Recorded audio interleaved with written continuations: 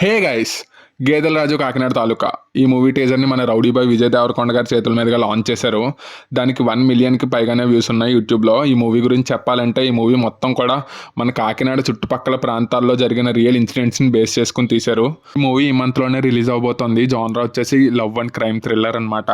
Movie shooting అంతా కూడా Kakinada rural areas ఏవైతే ఉన్నాయో అక్కడే రియల్ లొకేషన్స్లో షూట్ చేశారనమాట.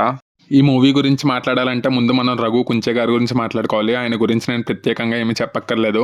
ఆయన ఒక ఫేమస్ మ్యూజిక్ డైరెక్టర్. 5 నంది అవార్డులను సొంతం చేసుకున్నారు. ఆయన ఈ మూవీ టైటిల్ రోల్ ఏదైతే ఉందో గేదెల రాజు పాత్రను పోషించారు.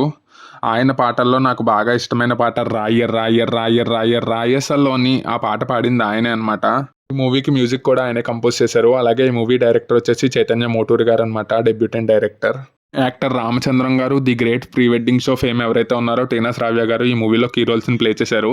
టీజర్ అయితే చాలా బాగుందన్నమాట. మీరు ఇప్పటిదాకా టీజర్ చూడకపోతే వాచ్ చేసేయండి.